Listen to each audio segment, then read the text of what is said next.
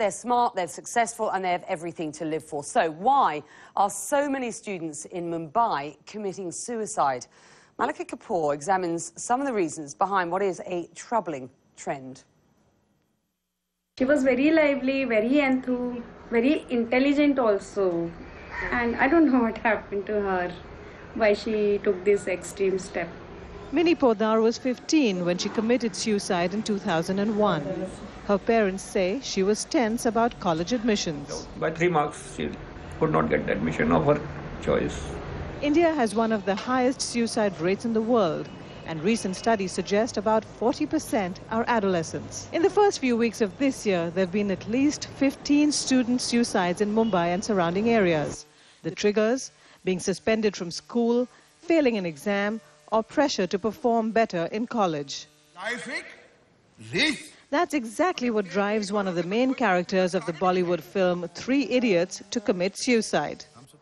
If I have to pinpoint a period in my life which has been the most stressful, most tense for me, it's my 12th standard exam. So I wanted to say something about it. There is a pressure of education and which is killing students. I will not accept your paper.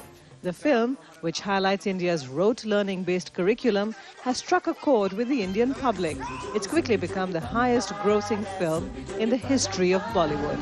The entire system of education is one of the most important reasons for suicide. Psychiatrist Dr. Hari Shetty attributes the jump in the number of suicides to rapid changes in India's economic and social landscape. In the past, kids had more free time with their parents and teachers. In the past, kids did not have to struggle for admissions to colleges. In the past, kids would have more frustration tolerance and better resilience. All these factors have been affected by the rapid change India has really gone through after the 80s.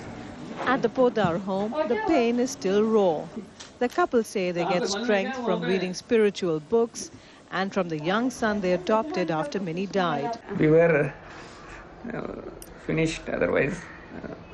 But It was very difficult to... And taking decisions of adoption and another kid was also very difficult to us, madam. But yes, he has brought life back to our life. When they can, they work on a suicide prevention campaign with Dr. Shetty and city officials. They go from school to school, sharing their experience. It's hard to tell people our story, they say, but we do it for her. Malika Kapoor, CNN, Mumbai.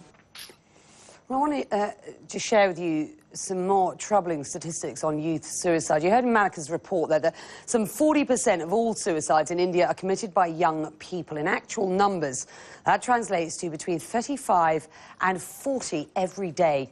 Well, in China, suicide is now the prime cause of death among 15 to 34-year-olds. Almost 1 in 4 students there has thought of suicide at least. And in the US, suicide is the second leading cause of death among college students. A study there says nearly half of America's college students have at some point considered suicide. So what can be done to combat youth suicide? A British-based organisation called Nightline is having a big impact, as we're about to see. The key to this programme is students helping other students.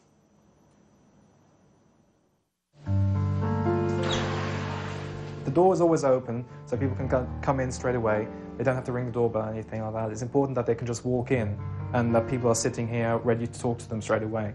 Students are at higher risk of mental health difficulties than the wider population. Often it's because students are going through a period of transition. They may be away from home for the first time, they've left their existing support networks, and there are some aspects of student life that can be particularly stressful. Nationally, we take about 3,000 calls a month. The 2 most taken calls are surrounding issues which are depression and academic stress, and these double the amount of calls that we get for anything else. Basically, in here is information on all kinds of issues, which can range from rape, as you can see, to sexual identity. People have problems at our age, obviously, sometimes identifying themselves in a sexual manner. Anxiety, also things like drugs, also like issues like cancer, for example, or leukemia. Because you don't know what they're going to bring to you, what you try and do is start with closed questions, then follow that up with open questions. Try and reiterate back to them the kind of things that they've been telling you, so you can show that you're responding. The whole point of student support services in general is to help students to achieve their best, to get through their academic lives, out the other side with a good degree that really achieves their potential. Well, Nightline says more than 30 universities in the United Kingdom is now helping students in the US and in Canada.